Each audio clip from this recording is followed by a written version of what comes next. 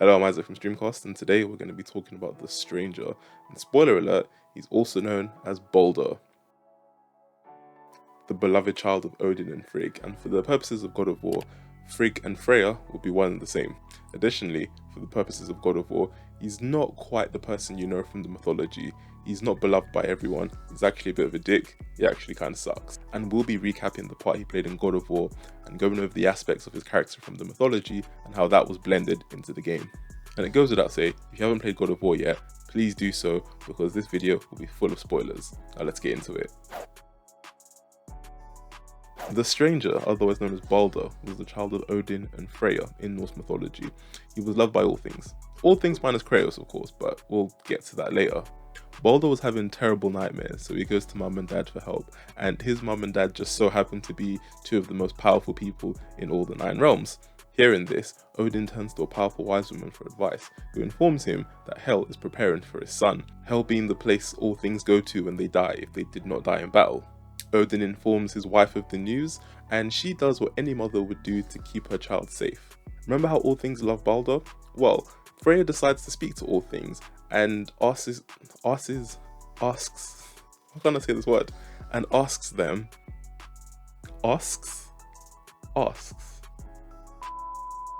and gets them to promise not to harm her son. She speaks to animals, she speaks to trees, she speaks to rocks, she even speaks to disease and asks them to promise not to hurt her child, to which they all oblige. However, she overlooked mistletoe, thinking it too young, too small, too weak to ever hurt her child, and therefore does not acquire the promise from mistletoe. Now in hindsight, that was pretty stupid, as the gods lived for a long time. The goddess Idun periodically goes around to the gods, giving them these apples that restore their life and their vigor. So while the gods did live a long time, they weren't exactly immortal. They needed these apples to stay alive. Frigg informs the other gods that her son cannot be harmed. So, as you do, they all take turns trying to harm Baldur, cheering every single time they fail. And it's at this point that Santa Monica diverge from the mythos, as they explore the time between Baldur getting his powers and Baldur's death. In the myths, Loki tricks Freya into telling him what can hurt her son. He transforms into a woman, strikes up a conversation with Freya and says to her, "So can nothing really harm your son?" And Freya, in what must have been arrogance, decides to tell this random old woman the exact thing that can hurt her son. I'm sure you'd come to recognize everyone in Asgard. This random woman, surely it's gotta be Loki playing a trick. If there's someone you don't recognize, if there's something that's just slightly off, if there's something that does not seem right, it is probably Loki. It's always been Loki. Learn from this and just leave the situation. But no, she decides to... I digress. Freya decides to tell her, and well, if she didn't, we wouldn't have this mythos. So thanks for being stupid. So yeah, gods aren't too intelligent, apart from Ymir of course, who was the wisest of the gods. Then again, he did get his head chopped off, so how smart is he really? Now all the gods are having fun, trying to kill Baldur. That is a weird family function. And Hod, who is Baldur's blind brother, is quite sad he can't join in the festivities. Loki comes along to help Hod. Now, Loki doesn't help anyone. Loki is fully in it for himself, which makes me question why he hasn't been kicked out of Asgard yet. It's true, Loki does solve a lot of the problems the gods have, but it's also true that Loki causes all of the problems the gods have. But you know what, as I've alluded to earlier, they're not very bright, are they, these gods? So Loki decides to, try and help Hod and get him involved in the festivities.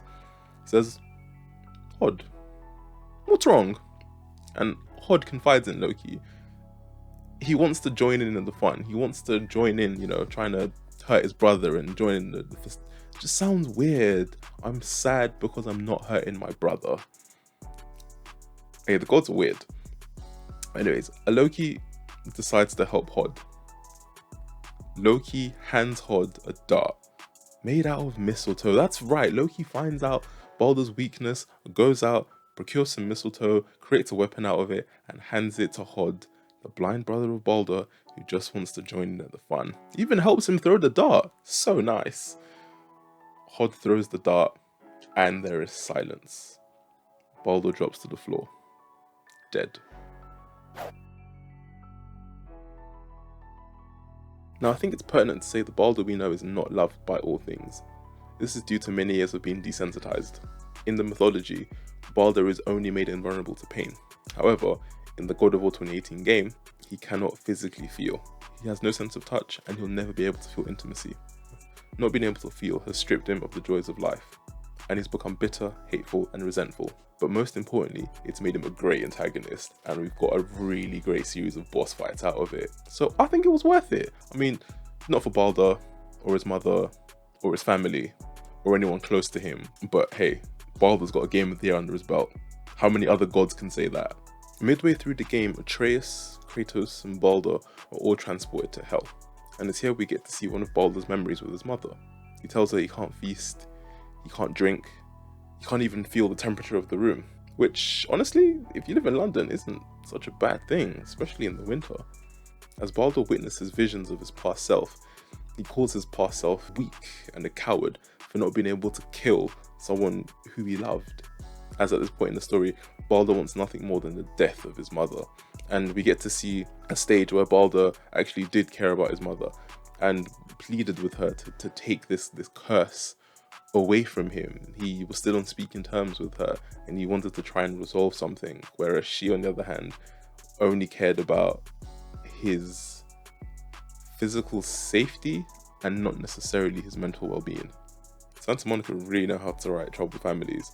Patricide in the first game, well, more than patricide, Kratos basically killed all his aunts and uncles.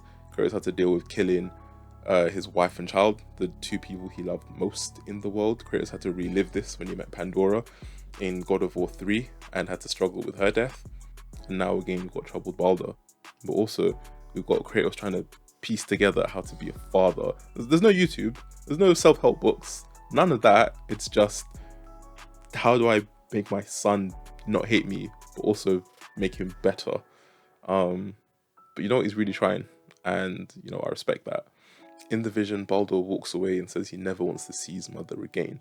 And in the years between this point and where we are in the game now, it's clear that, you know, all that bitterment and resentment like really builds, and all that the love he once had for her turns into hate. He only wants her dead now. The dynamic between Baldur and Freya heavily mirrors the dynamic between Kratos and his father, Zeus. Their motivations may have been different, but they still wanted the death of their parent. I think Kratos does see a lot of himself in Baldur. They both have tattoos. Admittedly, Baldur does have cooler ones, but like Kratos, Baldur has a one-track mind and only wants the death of Freya. Sound familiar? Kratos wanted the death of Zeus. Although Kratos got what he wanted, however, it left him feeling nothing. It didn't resolve any of the trauma or hurt that he felt. Atreus, who we find out to be Loki, stays true to the mythology and causes Baldur to lose his invulnerability, but he doesn't kill him. He stays true to mythology and gets someone else to do his dirty work for him, Kratos. During the final boss fight, Atreus and Kratos team up to stop Baldur from killing his mother Freya, and in a weirdly wholesome bonding moment, Kratos and Atreus team up to beat Baldur senseless. Baldur strikes Atreus in the chest, hitting a piece of mistletoe that Kratos used to fix Atreus' bowstring. Baldur gets high off the fact that he can feel again, but at this point it's not enough to have this curse taken away from him. All those years of isolation, not being able to empathize with anyone, they're still there, that hurt is still there, and he still wants the death of his mother. He still wants his vengeance, leaving Kratos with no choice but to snap his neck. And with his invulnerability gone, there's no resurrection for Baldur. Speaking of resurrection, you fight Baldur earlier in the game, you snap his neck there too, and you know, you think he's dead, but he comes back. During this, you throw him off a cliff, and obviously the player can never see this, but if you do a certain boundary break and you look off the cliff where Baldur falls, before he is deloaded from the map, he gives the player the finger, which I think was pretty cool and quite true to Baldur's character. I feel like he'd, you know, flip someone off who killed them. Actually, I feel like most people would flip the person off who killed them. Yeah, I'd definitely give the person who killed me a middle finger. I hope no one kills me. At this point, Baldur's story comes to an end, but it does signify the start of Ragnarok. And just like the previous games, there are consequences for killing a god, such as when Hermes was killed in God of War 3, releasing a plague to the world. And Ragnarok, the long winter, might be the best thing that Kratos has unleashed upon the world, as it sets up the next game really well. So Kratos has just killed the son of one of the most powerful women in all the 9 realms. She is the head of the Vanir and also the head of the Valkyries, and she has been scorned. We've experienced her backstory, we are the reason for her pain, and I can't wait to see how this plays out in the next game. There is an optional side quest in the game where you save all the Valkyries by killing them.